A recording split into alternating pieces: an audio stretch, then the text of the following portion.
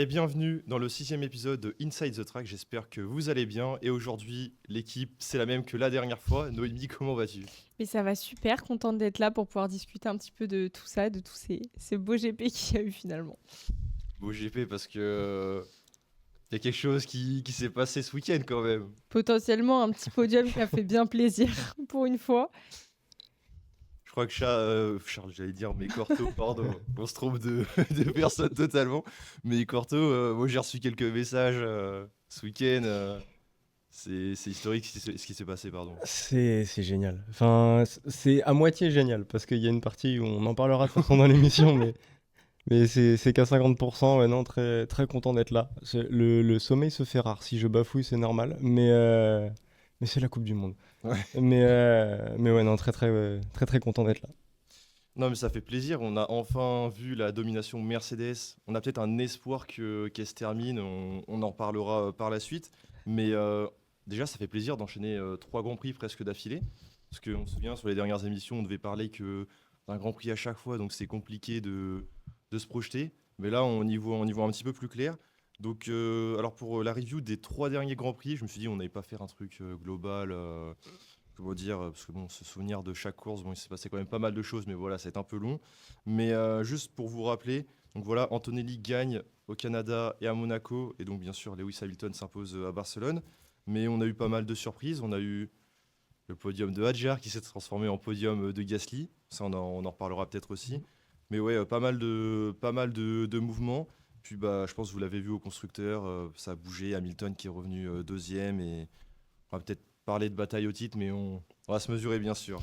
Mais voilà, je voulais commencer par qu'est-ce qui vous a marqué dans ces 3 grands prix pardon, d'affilée. Toi, Noémie, tu penses à quoi en premier? Moi, si je reprends les 3 derniers Grands Prix, je pense que c'est le nombre d'abandons. On en parlait un peu avec Corto. Là, ça fait 3 Grands Prix qu'on a entre 7 et 8 abandons par course. C'est vrai, ouais. Et en fait, c'est énorme. On finit avec une grille avec 15 pilotes. Mm. Ça fait pas beaucoup. Et en fait, c'est des raisons qui sont hyper diverses pour toutes. Mais voilà, je trouve que ça fait beaucoup. Et moi, c'est quelque chose qui m'a vraiment surpris sur ces derniers Grands Prix. Ouais. De savoir qu'on part avec un Grand Prix à 22 pilotes et qu'on finit. En fait, on a l'impression d'avoir des abandons tous les 2-3 tours. Mm. Donc, ouais, grosse C'est surprise pour moi. c'est vrai que c'est pas facile parce que d'un côté, on a Aston Martin où eux, c'est les problèmes, de Honda, le moteur. A priori, il faut attendre la Belgique, je crois, pour une amélioration. On a Mercedes, certes, meilleur moteur. Bon, on ne sait pas avec Mm. Red Bull, on a vu qu'il y a des rumeurs comme quoi ce serait le meilleur moteur, mais Mercedes, les leaders en termes sur le classement. Il y a eu un abandon d'Antonelli à Barcelone, il y a eu celui de Russell au Canada, et on a vu qu'a priori, ça serait la même raison pour les deux. Donc ça fait peur s'ils n'arrivent pas à régler le problème. Puis bah, McLaren, Norris a eu ses problèmes, et au final, je crois que c'est Alpine qui s'en sort bien, qui avec le moteur Mercedes a pas trop eu de soucis, mais ouais, c'est vrai que j'ai totalement oublié, mais ouais, on a pas mal d'abandons. J'allais dire, c'est pas rassurant, mais en fait, c'est un peu le cas à chaque nouvelle réglementation, j'ai l'impression. Ouais. Donc ouais, et toi, Corto, tu mettrais quoi comme moment marquant Bah, moi, enfin, c'est pas spécifiquement un moment, mais en fait, c'est la régularité d'Hamilton. Parce que pour le coup, c'est vrai qu'on avait peur en le voyant arriver chez Ferrari qu'il y ait cette concurrence un peu malsaine comme il peut y avoir chez McLaren, où on a l'impression que les deux pilotes se tirent dans les jambes. Et là, en fait, petit à petit, tu sens que les deux avancent dans le même sens Ouais. et c'est trop cool. Et puis là, Hamilton qui revient à son meilleur niveau et qui marque sa première victoire ce week-end, c'est génial, quoi. Ouais, c'est vrai que Lewis Hamilton, il a fait quand même quelque chose d'extraordinaire ce week-end, mais tu as parlé d'autres choses, et c'est vrai que je l'ai noté en regardant le Grand Prix, c'est McLaren. Mm. Alors certes, sur le début, c'était assez serré, mais j'ai quand même l'impression que Piastri, il est un peu sur une pente descendante, je sais pas si vous êtes d'accord, mais Norris, c'est pas non plus excellent, après c'est la voiture qui joue aussi, qu'il est un peu en retrait, mais vachement régulier, et Piastri, on a l'impression qu'il tombe un peu dans l'oubli, je sais pas si vous le voyez comme ça, vous aussi. Ouais, moi, je suis plutôt d'accord. Après, on en avait déjà parlé sur le fait Ouais. que Norris n'est pas au top depuis le début de la saison, qu'on aurait pu en attendre plus de la part d'un champion du monde en titre. Après, là, je suis d'accord que si on prend les deux pilotes, Ouais. pour moi, Piastri est nettement en dessous de Norris. Et après, il faut attendre de voir. Mais j'ai l'impression Ouais. qu'on dit ça un peu depuis le début de la saison. Mais attendre de voir aussi comment les équipes vont se Ouais. roder avec la nouvelle réglementation. Mais ouais, pour ma part, j'ai un peu l'impression que Piastri a plus de mal à s'habituer à cette réglementation-là.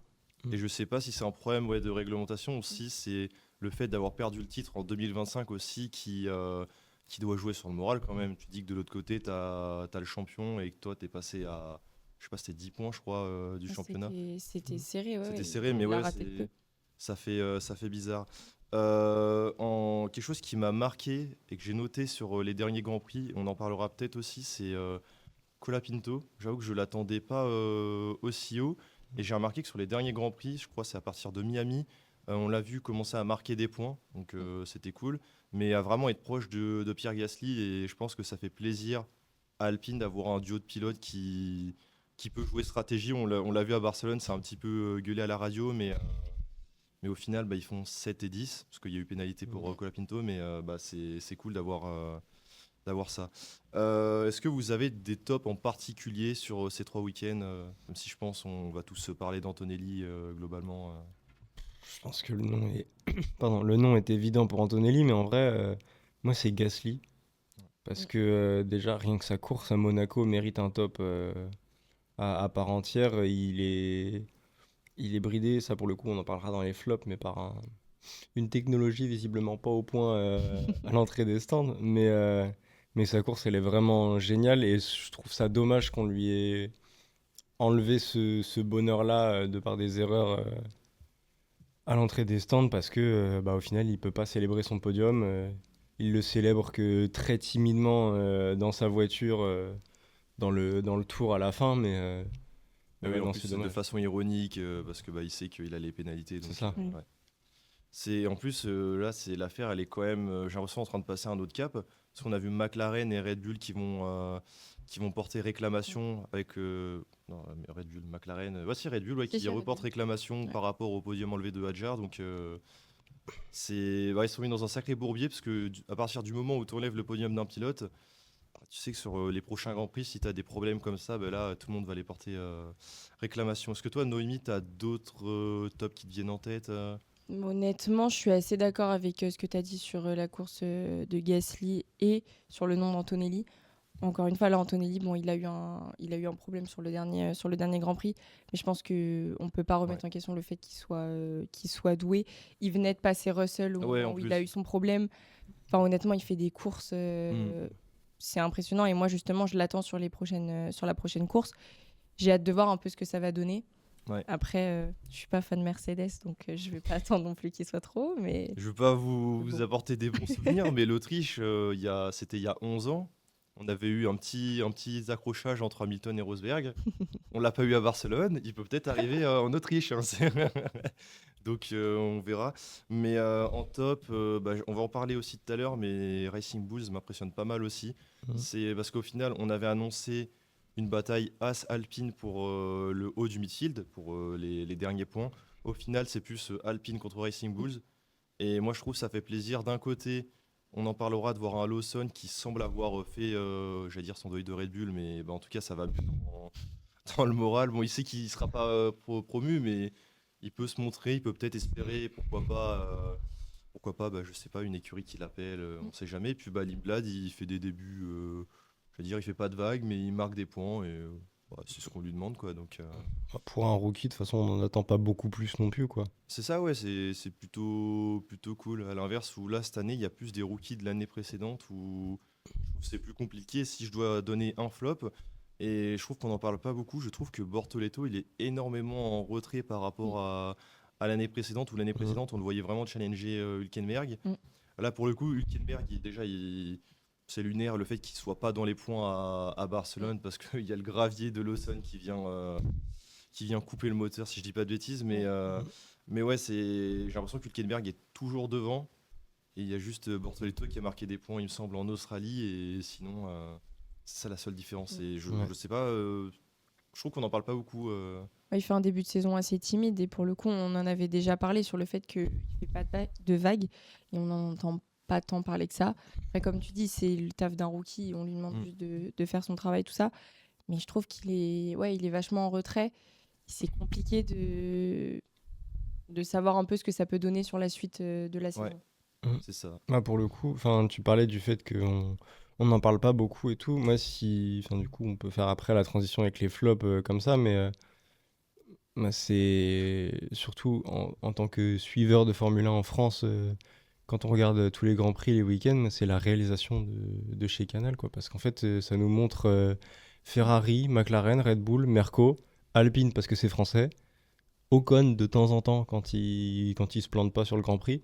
Mais en fait, sinon, on n'a pas d'image des autres teams. Donc en fait, Mais la réalisation en course, c'est Canal ou c'est la F1? Parce que moi, j'ai un doute justement. Ouais, Je crois que les images, c'est la F1 justement il me qui les semble fait. aussi. Ouais, Eux sont juste sur la partie ouais, commentaires et c'est ça, ouais. émissions d'avant et après. Mais c'est vrai, je suis d'accord avec Mhm. toi. tout le monde comme ça. En tout cas, je suis d'accord avec toi. C'est vrai Ouais. on se focus pas Ah oui, assez. c'est C'est ça, c'est qu'on voit ouais. des images des gros pilotes, mais en fait, bah, Ouais. il y a 22 mecs sur la grille, on en voit 10 par week-end, Ouais. quoi. Mm. Et enfin, tu vois, c'est dommage parce qu'il fait pas des super grands prix, mais moi j'aimerais bien voir un Albon, j'aimerais bien voir un Sainz, les deux Cadillac, c'est pareil, on a quasiment pas d'image alors que c'est une nouvelle écurie. Mm. C'est chiant à suivre et du coup, Bortoleto, bah, c'est sous-performance, on va dire. Personne n'en parle, mais Ouais. parce que personne les voit en C'est fait. ça, alors que bizarrement, Esteban Ocon qui loupe la Q1 à chaque Grand Prix, là tu peux être sûr qu'à chaque, On va en parler. à chaque Grand Prix, bon, ça va en faire parler et là les rumeurs elles sont de plus en plus fortes. Donc, mais c'est vrai, ouais, je suis d'accord que la réalisation, il y a peut-être du mieux à faire. Il y a aussi, j'ai l'impression, je sais pas si ce problème il est réglé, pardon, mais cette histoire de super clipping, j'ai l'impression qu'ils essaient un peu de le cacher avec la réalisation. Mm. Il semblait qu'à Barcelone ça soit mieux, mais j'ai l'impression on ne montre pas tous les angles de freinage pour se dire bah regardez là c'est mieux.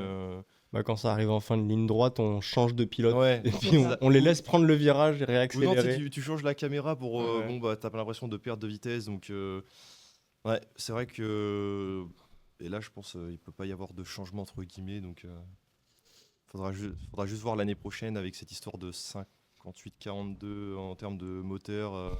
Ça sera un petit peu mieux. Déjà, ça sera un peu moins. Peut-être que là, les plans de caméra, ils reviendront un peu à la normale, mais c'est pas faux. Est-ce que vous avez d'autres flops qui viennent en tête? De toute façon, après, je pense on a certains noms qui vont nous venir. Des surprises peut-être sur ces 3 week-ends. Mm. Je tiens à noter le point d'Alonso à Monaco et c'est quand même magnifique. Ouais. De base, le point de Pérez, faut le dire. Mm. Bon, ça aurait été Déjà. encore plus beau, mais bon, bah, Papi Alonso, il prend son petit point. Donc, Papi Alonso qui est de nouveau dans l'actualité des médias, on parle d'un retour chez Alpine, Oui. je sais pas, c'est lunaire ce qui se C'est passe, mais lunaire. Ouais, non, c'est juste parce que je viens de voir son nom et c'est vrai qu'on a fait son procès pendant 35 minutes sur l'émission d'avant. Et j'épiloguerai pas plus parce qu'on a déjà tout dit la dernière fois, mais Russell encore flop quoi. Enfin, de toute façon, on va en parler un tout petit peu après, mais c'est- on va rouvrir un peu le débat. Mais ouais, c'est sûr que Russell, c'est compliqué. Mais avant de parler de Russell, moi, je vous propose de parler de Charles Leclerc. Je sens qu'il y a Corto qui est un petit peu tendu. Mais bah déjà, il y a du positif, entre guillemets, parce qu'il y a cette prolongation de contrat chez Ferrari. On s'en doutait, entre guillemets, parce que bah, où est-ce que Charles Leclerc pouvait aller? Chez McLaren, c'est blindé. Chez Red Bull, tout dépend de Max Verstappen. Et on n'a pas l'impression que Charles Leclerc, ça soit l'option numéro 2 s'il y a départ. On parle plus de piasserie dans le paddock. Mercedes, si Russell venait à partir, c'est Verstappen qui devient l'option numéro 1. Et en vrai, je sais pas si un Charles Leclerc aurait été. Je pense que ça aurait été compliqué. En soi, la seule rumeur qu'on avait vue, la seule crédible, c'était Aston Martin. Si jamais. C'était avant la saison, si jamais Aston Martin venait à être comment dire, compétitif. Je pense Aston qu'on bannit Martin cette est option-là. dernier de la grille. On l'enlève. donc- Exactement. Mais en tout cas, déjà, qu'est-ce que vous pensez de cette décision de prolonger de Charles Leclerc Bon, je pense que là-dessus, on est d'accord et je pense qu'on peut que être heureux par rapport à ça. Et après, on en a parlé tellement de fois depuis le début de la saison. Mais pour nous, moi, je vois pas Charles Leclerc ailleurs que chez Ferrari. C'est un pilote qui est tellement attaché à cette écurie et ça date pas du moment où il y est arrivé. Donc pour moi, j'aurais vraiment du mal à le voir dans une autre écurie. Donc forcément, on peut être que content. Après, comme tu l'as dit, on s'y attendait. Donc voilà, mais c'est toujours rassurant de voir et qui pose les termes sur le fait que... C'est ça, le fait Il que ce reste. soit officialisé, c'est cool. Mais ouais, comme tu dis, enfin, Leclerc, son passé est lié à la Scuderia, son présent l'est, son futur l'est. Il n'y a pas une autre écurie et il n'y a pas un autre pilote sur la grille qui a ça à l'heure actuelle. Tu vois, on parle des départs de Verstappen. Verstappen, c'est pareil. Verstappen, c'est Red Bull. C'est pas McLaren, c'est pas machin. Et ça changera pas. Hamilton, il en a eu plusieurs. Mais globalement, J'allais dire. son histoire avec Mercedes, elle est quand même, Ouais, c'est ça, ouais. elle est quand même légendaire. Et ouais, non, Leclerc fait partie de ces pilotes-là qui ont une écurie presque à vie. Mm. Faut pas changer. Puis surtout que tout le projet s'articule autour de lui Mm. depuis des années, quoi. C'est ça, mais il faut quand même noter que j'ai l'impression qu'il y a un peu un changement de comportement dans cette prolongation de contrat. On a vu que on parle de, alors c'est 2030 si je dis pas de bêtises, la fin du contrat, mais que ces 2 dernières années, il me semble que son contrat était jusqu'en 2028 Ouais. et qu'il a activé déjà cette option de 2028 et qu'il en a rajouté 2 en option. Ok. Ouais. Et, j'ai pas la date, mais mais- justement, c'est en option, il se réserve le droit de, si jamais ça se passe mal, de pouvoir partir. Bon, on avait déjà compris ça avec la prolongation de contrat d'avant, je sais plus, c'était en 2024 ou 2025. Bon, c'est l'histoire de contrat, je sais plus trop, mais en tout cas, ouais, on sent un changement de comportement, mais est-ce que ça arrivera? Je suis pas sûr, parce que il semblerait que Ferrari soit de retour mais là au top, et ça fait plaisir de se dire ça, qu'il y a eu beaucoup de qu'on soit fan ou pas de la Scuderia, il y a eu énormément de galères, ça fait une dizaine d'années. On peut remonter à 2007 en soi, le dernier titre de Raikkonen. Il y a eu 2 saisons qui sont bien passées, on va dire des saisons avec Vettel, où il y a eu un semblant de lutte pour le titre. Au final, c'est Hamilton qui a gagné, mais voilà, mais ouais, là, ça fait plaisir de les revoir tout en haut. Mais pour revenir sur Charles Leclerc, Corto, il est un peu tendu, mais c'est vrai que les dernières performances de Charles Leclerc, c'est pas forcément ce qu'on attendait de lui.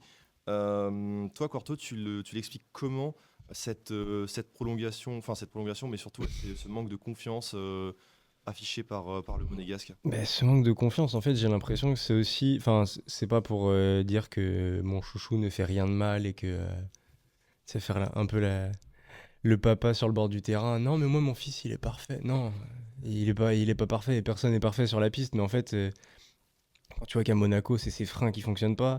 Quand tu vois que là, à Barcelone, visiblement, il y a un problème à la fin, mais qui est pas de son fait non plus. Il fait de son mieux et même s'il se foire en qualif à Barcelone, il fait une remontée de fou et il va chercher un top 4 avant son arrêt. Donc en vrai, ouais, il fait de son mieux maintenant. Si la voiture suit pas, c'est pas de sa faute non plus.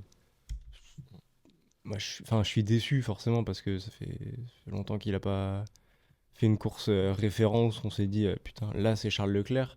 J'ai l'impression que c'est Arthur dans la voiture. Et j'adore Arthur, hein, mais c'est pas le niveau de son frère, quoi. Ouais, c'est vrai que tu soulignes un point. Bon, après, il y a, comment? On a le Canada où c'est un manque de confiance globale. Il a toujours dit qu'au Canada, il a jamais été très bon. À Monaco, bon, certes, il y a cette histoire de frein, c'est un enfer, honnêtement, de savoir qui a raison, qui a tort dans cette histoire. Mm. Honnêtement, en qualif, est-ce qu'on peut l'incriminer sur la qualif? Je pense que à Monaco, c'est peut-être le cas. À Barcelone, c'est sûr qu'en qualif, il a poussé un peu trop loin de ce qu'ils expliquaient. Il a mis un peu trop de vitesse dans le virage. En course, on peut pas lui en vouloir. C'est un problème de direction assistée. Donc C'est voilà, ça. c'est ça. Mais toi, Noémie, t'analyses comment cette histoire, ce manque de confiance Pour le coup, je suis assez d'accord avec ce que tu as dit, Corto, et même ce que tu viens de dire sur le fait que voilà, on peut pas lui en vouloir par rapport à la course. Après, bon, il faut voir que 'fin, là, ça fait 2 courses où tu as l'impression que le sort s'acharne un peu sur lui. C'est les courses où Hamilton, en plus, fait les meilleurs résultats. Donc forcément, je pense que le manque de confiance, il peut venir aussi de là. Forcément, tu vois un pilote qui arrive dans ton écurie, l'écurie que tu as de cœur, et qui commence à réussir de mieux en mieux. Ouais. Je pense qu'il a peur aussi. Hamilton, il a pris une grosse place même dans le cœur des fans Ferrari. Mais s'il n'aura jamais la place qu'a Charles Leclerc. Mais non, je pense que forcément le manque de confiance vient de là et que ouais, forcément c'est compliqué. Après, il y a l'effet mécanique, Ouais, là où on ne peut rien, quoi. T'en parlais, mais je pense aussi que c'est le fait que, enfin là, tu vois, on en parle beaucoup et ça fait forcément débat, mais parce que Hamilton en face est dans une forme de champion. Enfin, on en parlera plus tard Ouais. dans l'émission, mais voilà, il est de retour. Il se bat même avec des voitures qui sont censées lui mettre 15 secondes par tour. Parce que Toto Wolff nous fait des clins d'œil à chaque fois que la caméra passe sur lui et qu'il a compris que sa voiture était bien. Mais, euh, mais oui, non, je pense que Hamilton fait pas ces performances-là. On parle moins et beaucoup moins et on s'acharne beaucoup moins sur Leclerc.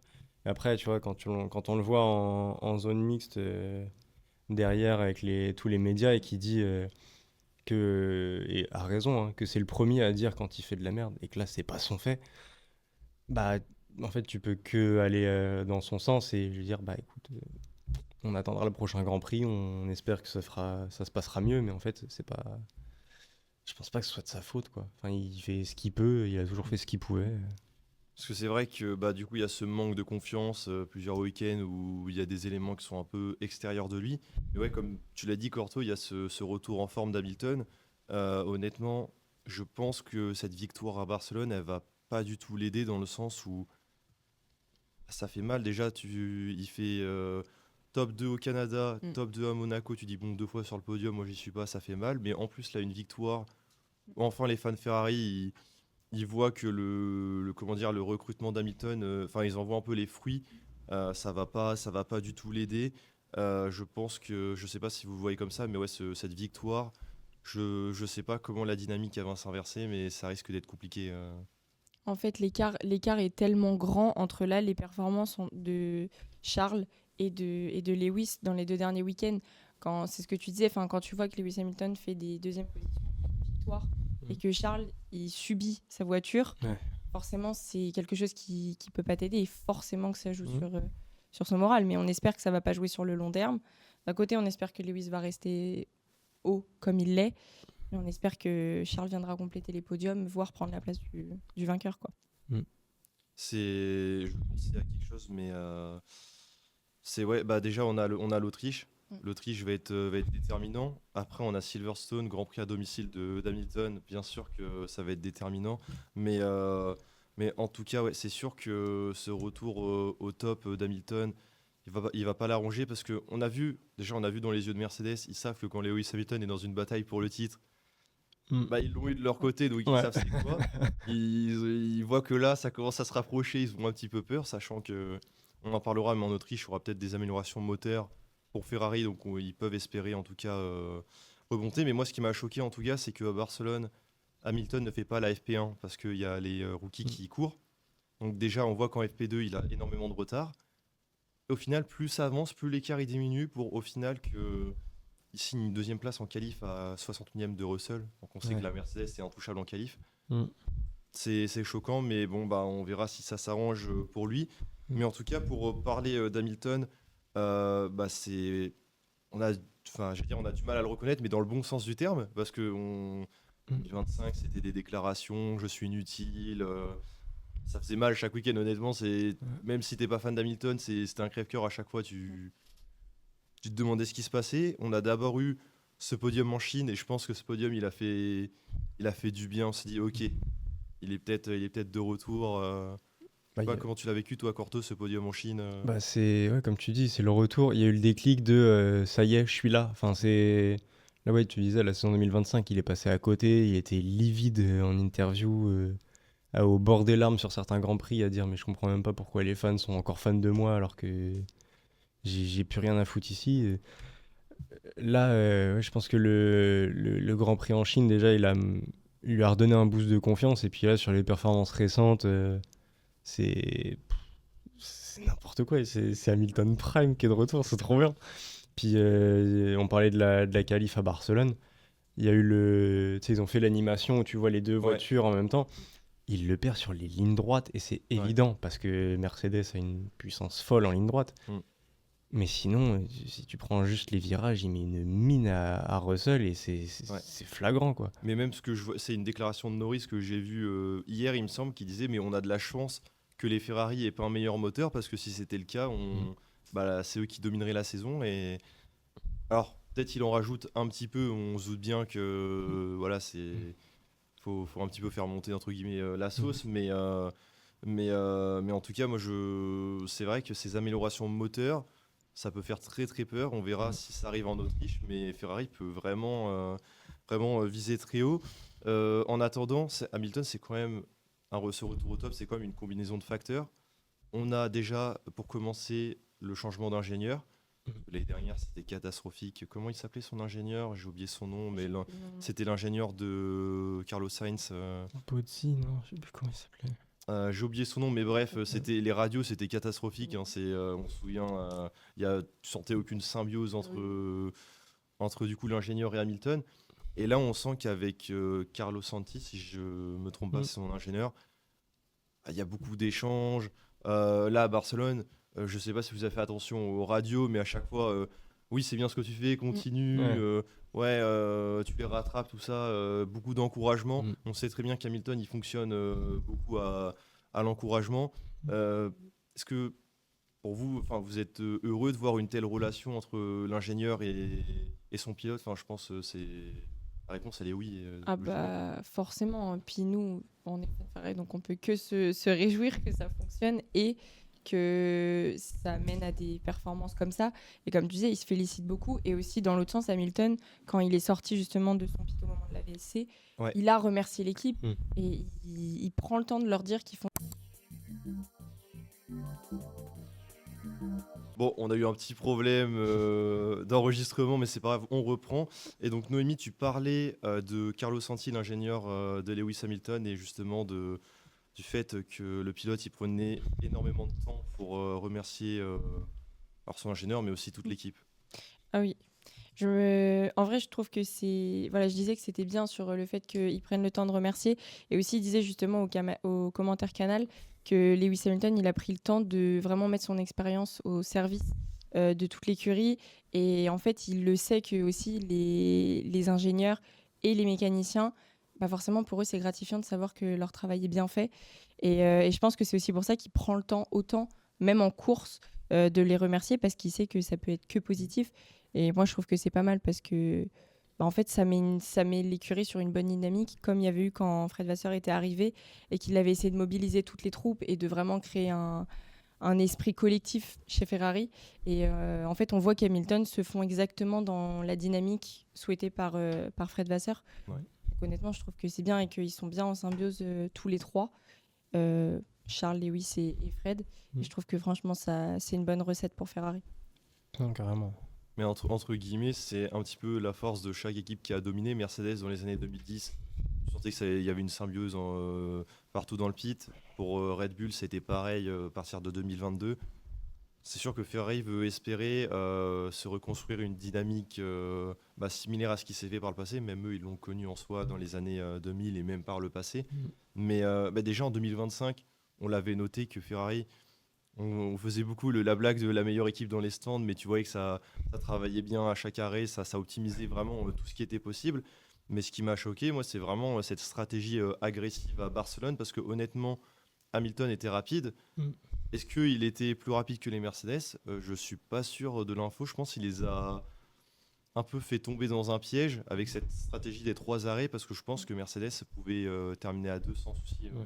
Je sais pas comment vous voyez comment tu vois toi, Corto. Bah, je pense que faut remercier Papy Alonso pour l'immense passe D qu'il a fait à son copain quadragénaire. Mais non, plus sérieusement, je pense que s'il n'y a pas cette VSC à la fin, si Alonso se plante pas, Hamilton va pas chercher la victoire ou va peut-être la chercher à la hargne, mais on en parlait du coup pendant le petit cut, mais moi je vois moins cette dalle d'Hamilton quand il est deuxième d'aller vraiment chercher la première place. Je trouve que là, justement, on est dans un truc où il va mieux, il a envie d'assurer aussi.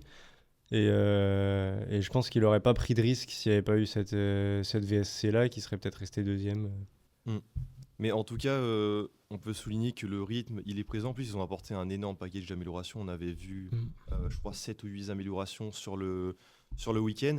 Et on voit que ça marche. On voit que toutes les améliorations apportées, il y a pas... Ou alors à Miami, il y avait eu un espoir qui... Bon, ça a été 2 dixièmes, mais au final, peut-être que chacun amélioré, c'est ce qui a fait que ça s'est pas trop vu.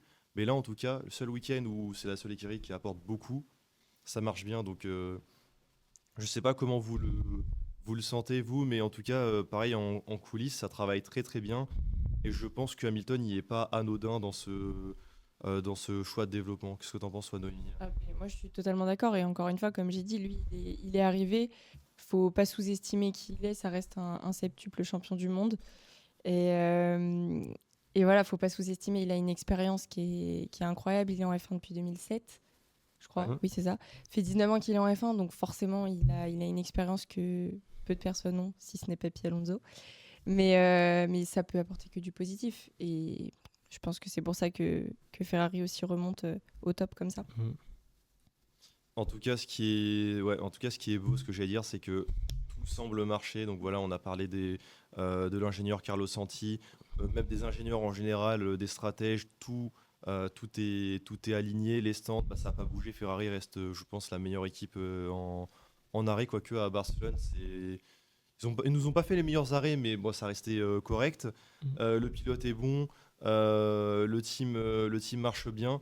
Entre guillemets, le seul talon d'Achille, c'est le moteur, mais ça, on en reparlera dans la preview de l'Autriche. Mais bah, ça fait plaisir on l'a dit, on le redit, mais de voir une équipe qui communique bien, où il n'y a pas de soucis. Même, on voit, entre guillemets, la bataille en piste entre Russell et Antonelli. On se dit que par moments, c'est chaud, ça va finir par s'accrocher. Ouais. Honnêtement, si Leclerc revenait à un top niveau, est-ce qu'on aurait des duels aussi dangereux? Je sais pas, parce que du peu qu'ils nous ont livré, on a vu que ça restait propre à chaque fois les batailles entre pilotes Ferrari. Donc Ouais.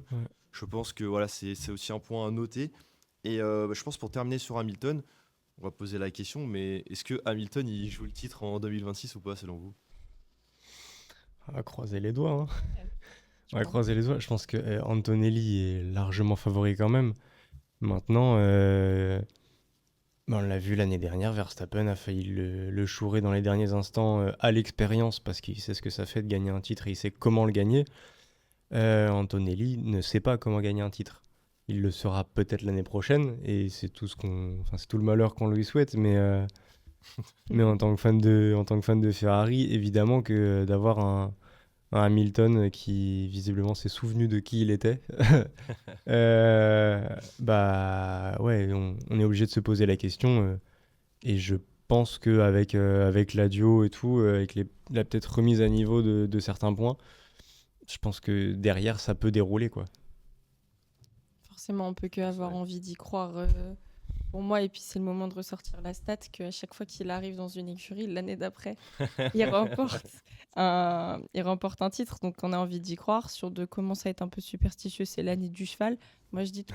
Ils sont alignés pour nous. C'est notre année. Non, en vrai, on peut que vouloir y croire. Et en fait, il est pas si loin. Enfin, 41 points, honnêtement. Il suffit qu'Antonelli ait encore 2-3 problèmes ou qu'il commence à avoir un petit peu peur pour sa place. Et Mais c'est ça qui est ça peut choquant en plus, passer. c'est que Ferrari n'a pas de problème de fiabilité. Enfin, du moins, je pense pas que le problème de Charles Leclerc en Espagne il puisse être considéré comme un problème moteur. Je sais pas, la direction assistée, c'est quoi? C'est globalement. Je pense pas que ce soit lié au moteur en Je lui-même. crois pas. Donc, Non. c'est plutôt bon signe. Mm. Alors que tu vois que Mercedes, je sais pas si vous avez suivi les galères donc, c'est un problème de batterie. Et c'est tellement dangereux que la batterie ne peut pas être expédiée par avion. Et ils sont obligés de le faire expédier, la batterie, par bateau. Oh.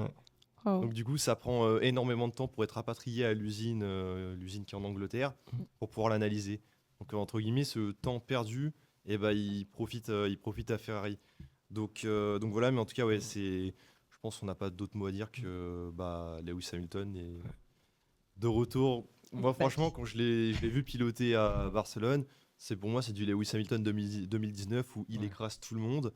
C'est surtout la relance de la virtuelle où il Ouais. met 18 secondes à Russell, mais c'est lunaire. C'était beau. On lui a dit, on lui a dit de pousser, mais on ne pensait pas qu'il allait pousser à ce point-là pour se mettre à l'abri. Donc, Ouais, non, c'était n'importe quoi. Mais par contre, je rebondis sur ton truc. Moi, je suis un éternel optimiste, hein. Je suis fan de Charles Leclerc, donc je peux m'accrocher qu'à ça de toute façon. Mais les statistiques il arrive à la deuxième année, machin, moi, ça fait 8 ans que je vois des scénarios dans lesquels Charles Leclerc pourrait être champion du monde. cette année, Ah. notre année. Oui, c'est ça. Faut y croire. C'est vraiment.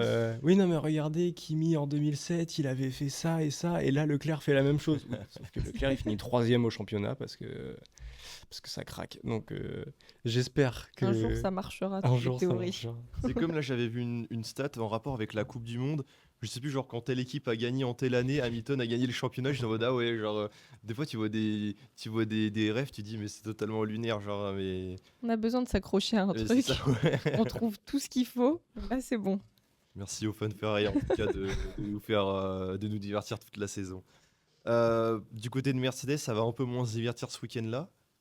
Bon, ça reste relativement un bon week-end à Barcelone. Sans l'abandon de Kimi, c'était 2 et 3 en course, ça reste relativement correct. Mais Antonelli, de toute façon, Antonelli, on fait que d'en parler depuis le début des émissions. Mais ce qu'il fait, c'est assez choquant. Et c'est d'autant plus choquant quand on pense que Canada et Monaco, c'est un 50-0. Ouais. Donc certes, il y a l'abandon de Russell au Canada, Mm. mais à Monaco, il est en qualif, il est nulle part. Et alors, il n'est pas aidé par les pénalités, il a ce dry through qui n'arrange pas la situation. Mais on va dire que si on enlève toutes les pénalités, il finit au mieux troisième, je pense. Mm. Ça reste 10 points de perdu, on est d'accord, c'est beaucoup. Et là, si il n'a pas ce problème à Barcelone, tu le disais, Noémie, il a passé Russell à la fin, avant son problème. Il reprenait 3 points. C'est 3 points entre la deuxième et la troisième place. Voilà, on sent que la dynamique qu'on pensait en début de saison être du côté de Russell, on se disait, bah voilà, c'est bon, là, il va le plier, il va plier facilement le championnat, c'est bon. Bah, elle est totalement inversée. Moi, je ne sais pas comment vous analysez la situation. On va pas refaire le procès de Russell, mais on va d'abord parler d'Antonelli. Mais ce qu'Antonelli il fait, c'est juste grandiose, quoi. Il n'y a pas d'autre mot à dire. Bah, puis à son âge, quoi, surtout. Enfin, Ouais. Le mec, il roulait en F1, il avait pas le permis. Enfin, il y a un moment. Mais ouais, non.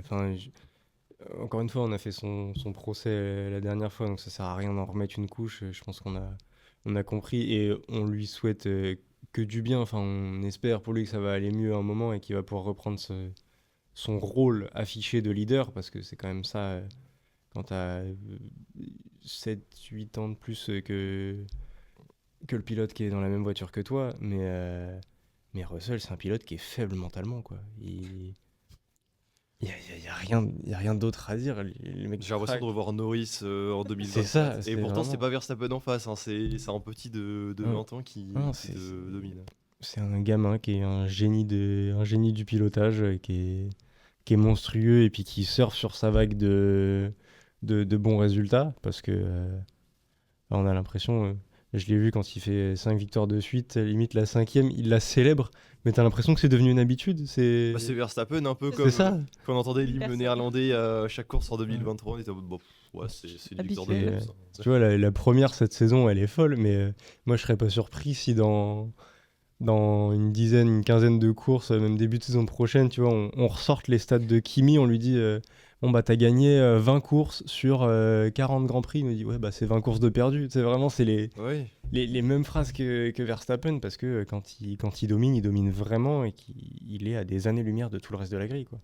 C'est assez choquant parce que tous ces défauts de 2025, parce on le voyait, ça sentait sur son année rookie déjà, tu as la pression de t'es chez Mercedes et chez un gros team. Mais en plus, il y a eu cette tournée européenne, on s'en souvient, c'était catastrophique, il était nulle part.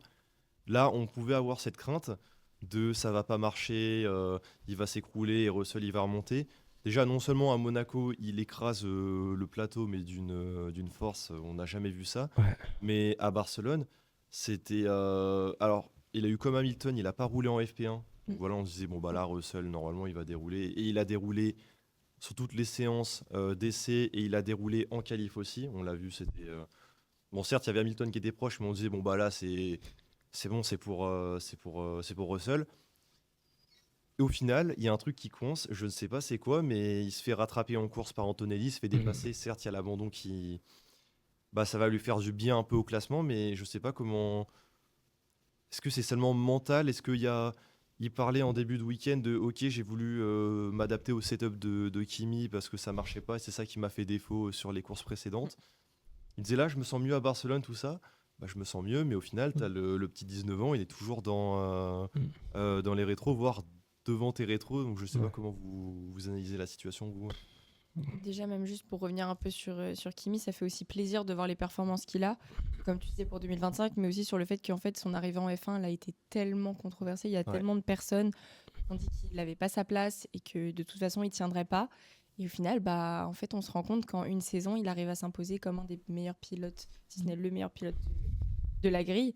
Donc ça fait plaisir. Et par rapport à Russell, comme tu dis, on va pas refaire son procès, mais on en avait déjà parlé. Forcément, c'est déstabilisant de savoir que tu es en F1 depuis plusieurs années et qu'un petit gamin de 19 ans arrive et puis il peut tout rafler et te piquer ta place. Mm. Donc je pense que pour lui aussi, c'est difficile et il a vu son début de saison où on s'est dit, il va gagner tout, il va gagner tous les grands prix, il va dominer forcément.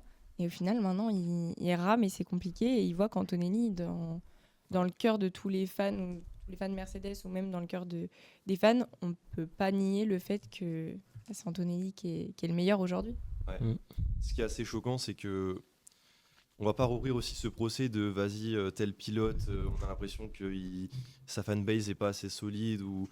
En tout cas, moi j'ai l'impression que chez Mercedes, il a jamais eu un statut, et ça, on avait parlé de grand leader, de ok, t'es le prochain, on met tout sur toi. On sentait même l'année dernière, même quand Kimi faisait des performances qui étaient en dessous, on sentait que Toto Wolff, il était un peu là en mode t'inquiète, c'est pas grave, ça ira mieux l'année Ouais, prochaine, ouais. tout ça. Et je pense que c'est pas anodin.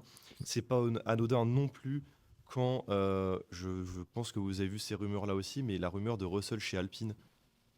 Ah, j'en ai Vous pas l'avez du pas tout vu entendu J'ai parler. pas vu ça du tout. Alors, il y a eu Ok. la rumeur Alonso, mais il y a eu la rumeur que si Verstappen venait à signer chez Mercedes, Alpine était prêt à récupérer Russell. Alors, je pense que c'est un petit peu gros. Le Alonso, on peut se dire, ok, la Last limite. Dance chez Alpine, pourquoi pas. Mais Russell chez Alpine, ça serait totalement lunaire et ça serait un vrai aveu, pardon, de carrière en déclin. Je sais pas comment vous le voyez vous aussi, mais C'est-à-dire qu'on pourrait avoir une line-up Russell Alonso chez Alpine. ou Russell Gasly. On dirait les transferts qui tournent mal dans le jeu, vraiment. Ah, mais c'est totalement ça. Tu vois Leclerc chez As au bout de 3 saisons. T'es là, quoi. Mais ouais, non, oui, évidemment que ce serait un aveu de carrière ratée parce que tu passes de la meilleure écurie sur le plateau à une écurie qui se bat pour être la meilleure du midfield pardon, et qui l'est pour l'instant, mais c'est pas dit que ça tienne. Mais il aura le partenariat Gucci, attention. Mais attention, Attention. Ce sera en Gucci, Russell. ça peut faire des super tenues sur le paddock, hein, attention.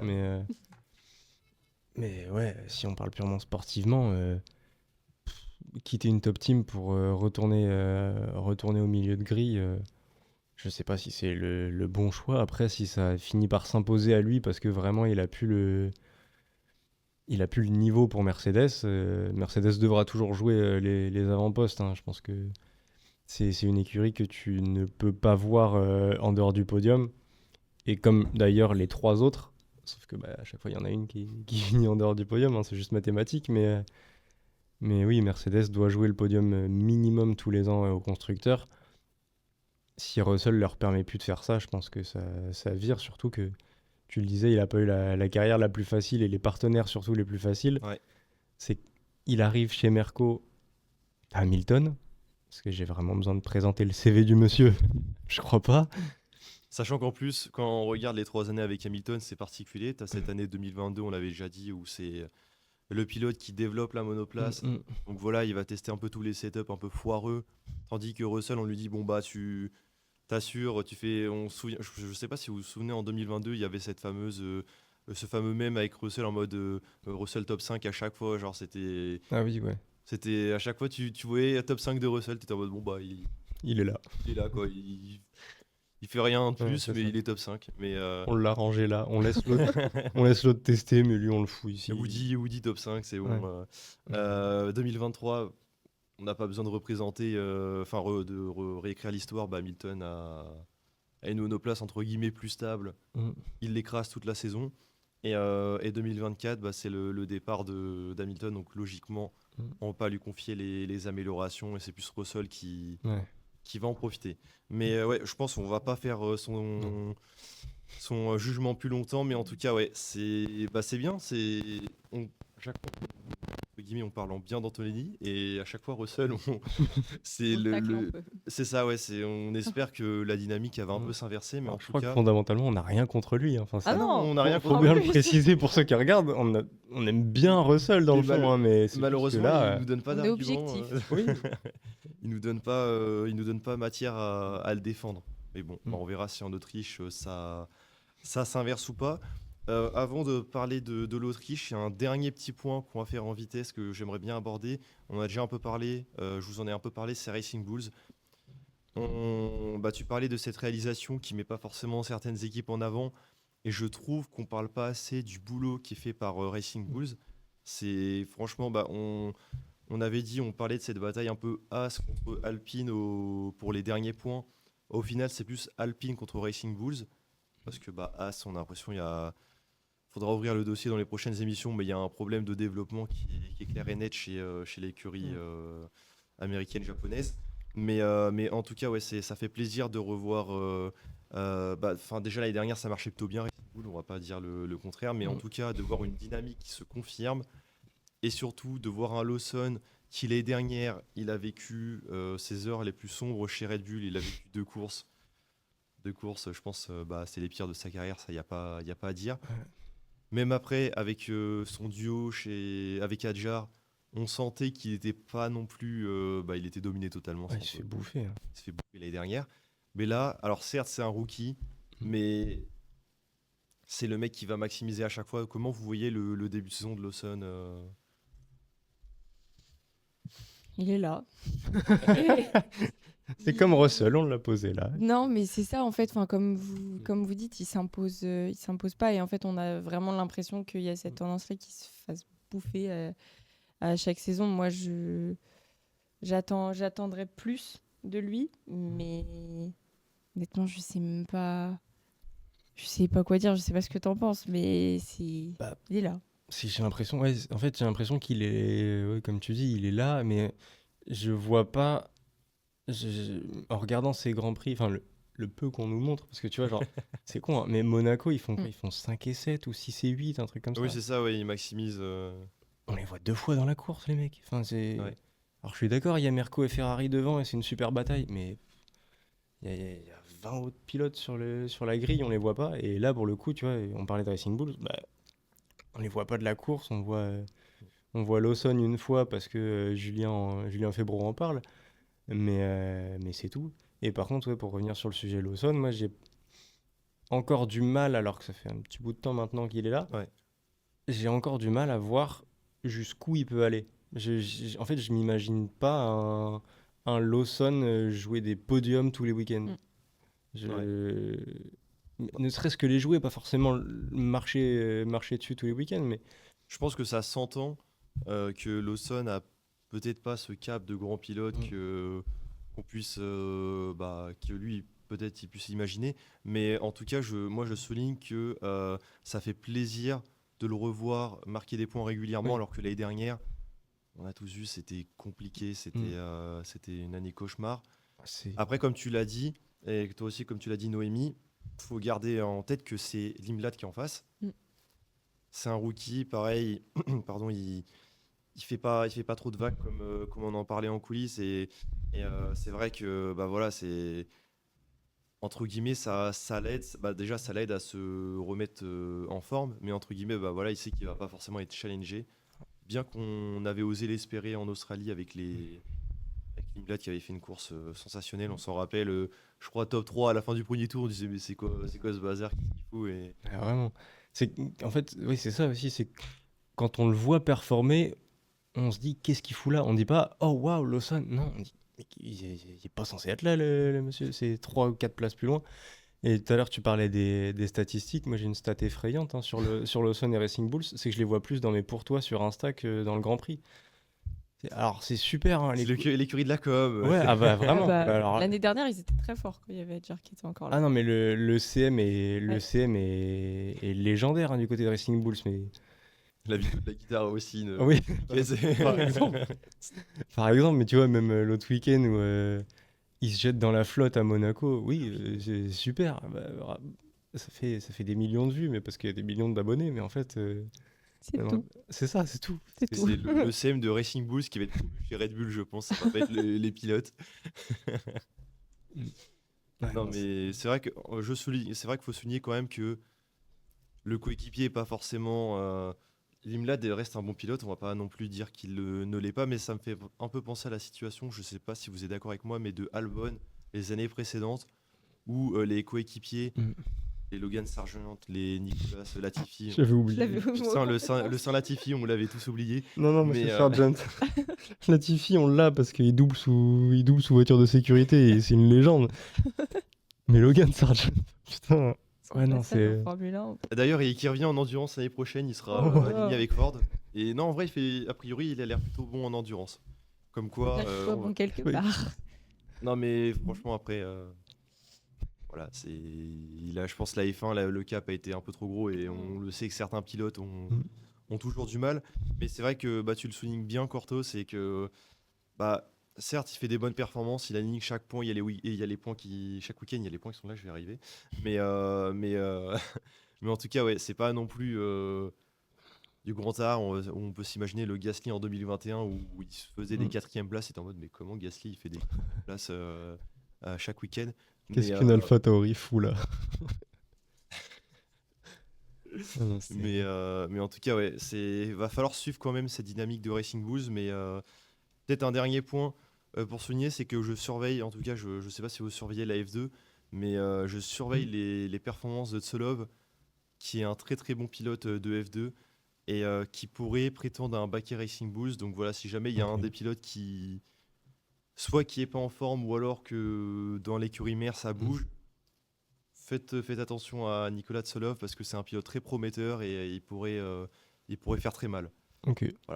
Le sujet Racing Bulls, il est fini. On va parler de l'Autriche. On va pouvoir faire nos petits pronos. Déjà, première question. Qui est-ce que vous espérez voir au top en Autriche? Pour toi, Noémie, tu vas forcément parler de Ferrari, mais Possible. est-ce que c'est une course où Ferrari peut espérer, et je pense que c'est une course où Ferrari va avoir de l'espoir parce que Mm. cet adio pourrait enfin arriver en Autriche, il pourrait avoir une amélioration. Je pense qu'on peut que avoir de l'espoir au vu des derniers Grands Prix. J'espère que ça va fonctionner pour Leclerc. Après, voilà, comme tu dis, moi, honnêtement, qui j'espère voir au top, forcément Ferrari. Je peux que espérer ça. Et oui, avec l'arrivée de la duo, pour moi, ça peut que être positif. Donc, on va voir. Mais bon, on sait qui on attend au top. Ouais, c'est ça qui est dommage, c'est que dans ton plateau, on a pu Tessa et on a pu Enzo. Donc, C'est vrai. Là, ça disons, va disons dans que l'autre sens. la diversité, t'as 2 fans Ferrari, toi t'es fan d'Hamilton. C'est Bon, vrai que- on espère tous le même résultat tous les week-ends, mais Non, en vrai, si je dois noter personnellement un pilote ou une écurie que j'espère voir remonter, voire marquer, alors déjà, on va noter Hülkenberg qui aurait dû avoir ses points à Barcelone. oui. On espère qu'il va pouvoir enfin avoir son bonheur cette saison. Mm. Pourquoi pas, on approche de Silverstone, peut-être sort du podium. Bon, non, ça part de trop loin. Ah, l'espoir fait vivre, hein, c'est bien. Exactement. Non, mais en vrai, sinon, un autre pilote que j'ai envie de voir, que j'apprécie beaucoup son début de saison, et pareil, la réalisation le met pas beaucoup en valeur, c'est Carlos Sainz. Oui. Carlos Sainz, il est en train de manger Albon. Certes, il y a un point d'écart au championnat, mais ça reflète pas le début de saison que Sainz y fait. Voilà, il n'est pas aidé par une monoplace qui est en surpoids. On l'a beaucoup entendu cette saison, mais en tout cas, on espère le voir marquer des points parce que il est en train de nous prouver que c'est un excellent pilote. C'est un pilote hyper talentueux et on l'a vu dans ses écuries précédentes. Et c'est dommage qu'il n'y ait pas la voiture qui suive. Mais c'est pour ça, ouais, ça serait cool qu'on puisse le revoir un peu. Parce qu'on sait que c'est un pilote qui peut faire des belles choses si on lui met la bonne voiture. Je pense qu'en autre, on n'a pas d'autres pilotes qui nous viennent en tête. En tout cas, en pilote qu'on souhaite, qu'on attend au tournant, il y a 2 pilotes qui nous viennent en tête forcément. On a d'un côté George Russell où va falloir confirmer, va falloir remonter sur une piste qui devrait être logiquement à l'avantage de Mercedes. Et de l'autre côté, on a Charles Leclerc qui doit enfin faire un week-end propre après tous ses déboires. Et on se souvient que l'Autriche est plutôt un circuit qu'il apprécie. Il y a cette victoire en 2022 dans une saison qui était déjà dominée par Red Bull. Donc voilà, on peut l'espérer en tout cas être de retour en forme. Est-ce que vous avez d'autres d'autres attentes sur l'Autriche Bah, on en parlait, toi tu parlais de Hülkenberg, moi j'ai envie de revoir Bortoleto. Ouais. Parce que c'est un pilote que j'aime énormément. Enfin, déjà l'année dernière, tu vois, il y a peu de crashs qui m'ont fait peur et qui m'ont fait de la peine. Oh, le crash Oui. au Brésil. Le Ouais. sien au Brésil, Oh là là. j'ai vraiment eu la sensation, bah, c'est con, hein, mais Grosjean à Bahreïn, quoi. Ouais. J'ai eu tellement peur sur tout, sur l'action, sur la glissade, sur le fait qu'il prend 2 fois le mur et tout. Et ouais, non, Bortoleto, c'est un pilote qui est, même en interview, on le voit pas souvent, hein, ça c'est pareil. Ouais. Hein, tu vois, on a toujours Norris sur le canapé, on a toujours Verstappen, mais Mm. Bortoleto, il est là une fois dans la saison. Mais c'est un pilote qui est hyper attachant, qui est hyper gentil. Mm. Et voilà, et forcément, on a envie de le voir réussir parce qu'il faut pas oublier que c'est lui le champion de F2. Donc, Il y a quelque chose, je pense, qui va jouer un peu contre lui. C'est s'il y a un certain pilote qui monte l'année prochaine en F1, pardon, j'allais dire en F2, mais ce pilote, c'est Raphaël Camara. Raphaël Camara Ouais. qui est espoir, énorme espoir Ouais. Ferrari. Mm. Il est brésilien et on Ouais. peut être sûr que ça va lui apporter une certaine pression si jamais si jamais Camara venait à monter en F1 chez Haas. Il y Ouais. aura forcément cette histoire de qui est le Brésilien, le pilote brésilien le plus talentueux d'Agri. Peut-être que ça va lui faire défaut. Avant de finir, on va parler un petit peu de la duo. La duo peut peut enfin arriver en Autriche. Voilà, ça fait un moment que ça fait un moment que ça en parle. Il y a eu Red Bull qui a porté une réclamation parce que soi-disant Red Bull aurait le meilleur moteur et on n'arrive pas à l'imaginer que ça soit le cas vu comment Red Bull et même eux ne l'imaginent pas et ont porté réclamation comme on en a parlé. Ouais. Mais en tout cas, c'est peut-être l'espoir de Ferrari d'avoir cette amélioration moteur et une amélioration moteur qui va leur permettre de remonter dans les lignes droites là où justement c'est leur défaut. Mm. Toi, Noémie, est-ce que tu as un espoir de voir, alors forcément de voir Ferrari faire le back-to-back, mais de voir peut-être des batailles en piste plutôt intéressantes enfin pas ce week-end, le week-end prochain en Autriche? Bah forcément, on en avait parlé déjà depuis le début de la saison qu'on on attend ce moment-là parce que ça va apporter des améliorations pour plusieurs écuries. Comme tu disais, apparemment, le moteur type, ça serait Red Bull. Je pense que personne l'avait vu venir, honnêtement. On était tous persuadés que ce serait Mercedes. Ça veut aussi dire que Mercedes va avoir des améliorations. Donc fait peur. ça peut faire mal. On attend de voir les résultats de la FIA parce qu'ils sont en train de revoir ça. Mais en tout cas, dans les données, on parlait d'une amélioration pour Mercedes et de 2 pour Ferrari. Ok. Bah oui, forcément, on peut que avoir de l'espoir. Et forcément, des changements comme ça en mi-saison, c'est toujours intéressant parce qu'on peut toujours espérer que ça relance un petit peu la bataille et que ça soit un peu plus serré et qu'on arrête d'avoir toujours une écurie qui est devant, même si ça tenait pour les autres, mais ça ne tient plus trop maintenant. Non, moi, ce que j'espère, c'est que, enfin, là, si c'est que des améliorations de moteur, normalement, enfin, si c'est que entre guillemets de l'ajout de puissance, ça va, parce qu'on sait que Ferrari, les améliorations, ça n'a pas toujours porté ses fruits. Il y a même des fois, on a dû retourner sur la bagnole du début de saison parce qu'en fait, elle marchait mieux que celle qu'on a améliorée 15 fois. Donc, si c'est que du moteur, c'est très positif maintenant.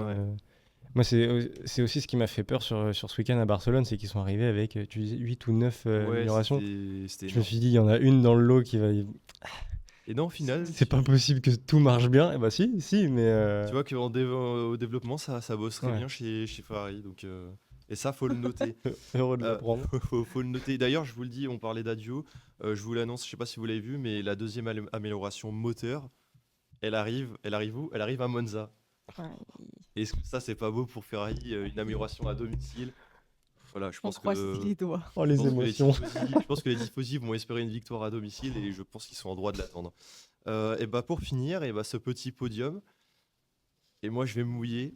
Et je pense que alors parce que j'avais dit une folie la dernière fois, je sais pas si vous vous en souvenez. Ça fait 2 fois que tu dis des folies. J'étais pas loin avec le Piastri, Oui, c'était c'est il y a vrai. 2 émissions. Mm. Et pour le Norris, bon bah c'est pas de ma faute si les stratèges McLaren ils sont nuls au Canada, moi j'y peux rien. Parce qu'en vrai, je pense que Norris il était pas trop loin. Avec Ouais. la bataille entre Oui, Antonelli et Russell, il aurait pu peut-être, Mm. pourquoi pas. Bon, on va jouer le hipster. Moi, je vais dire que c'est Hamilton qui va s'imposer en Autriche. Je pense qu'Hamilton va faire le back-to-back.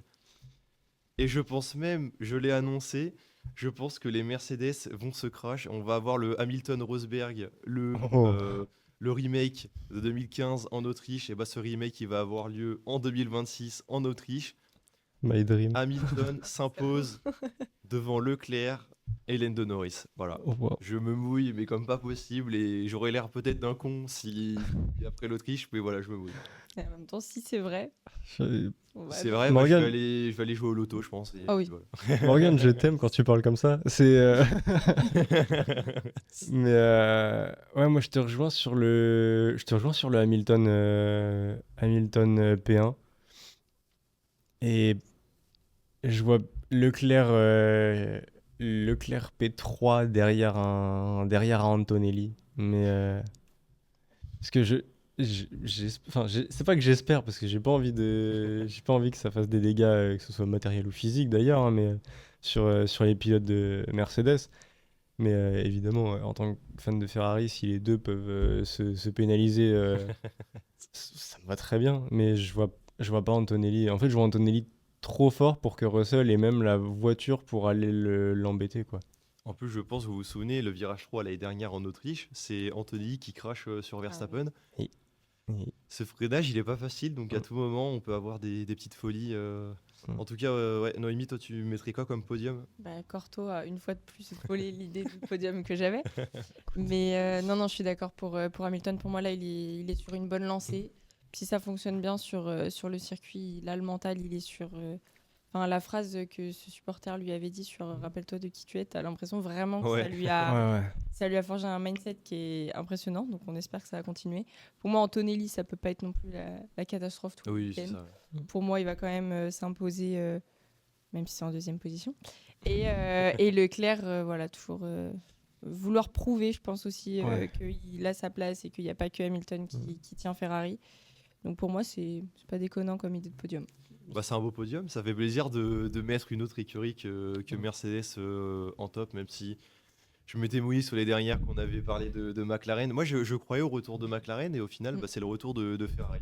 Comme quoi, eh bah, l'histoire, elle est jamais écrite. S'il faut, je peux aller faire un aller-retour en Autriche pour lui gueuler dans la foule. Souviens-toi de qui tu devrais être. Parce que il est pas encore quelqu'un, il est pas champion du monde, mais putain, ça passe tellement proche à chaque fois, quoi. Je peux aller dans la foule en Autriche s'il faut, si vraiment c'est ce qui. Visiblement, ça a marché avec Hamilton. S'il faut ça pour que ça marche avec Leclerc, je peux aller faire l'aller-retour, y a pas de souci. Aïe, aïe, aïe, on va voir des vidéos virales de Corto au Red Bull Ring en train de gueuler sur Leclerc. Bon, on verra en tout cas ce que ça donne. On verra au mois de juillet si on a le temps de tourner une émission parce que donc on aura l'Autriche, on aura Silverstone et j'ai pas la suite, peut-être Belgique, je sais plus. Enfin, j'ai plus le calendrier en tête, mais en tout cas, on aura minimum 2 courses Ouais. à analyser. Donc ça sera pas mal, mais on arrive sur la fin. Donc j'espère que vous avez apprécié ce 6e épisode de Inside the Track et n'hésitez pas à vous abonner, à liker et à commenter sur YouTube. Et comme d'habitude, on se retrouve sur Instagram et TikTok chaque semaine. Et voilà, bye.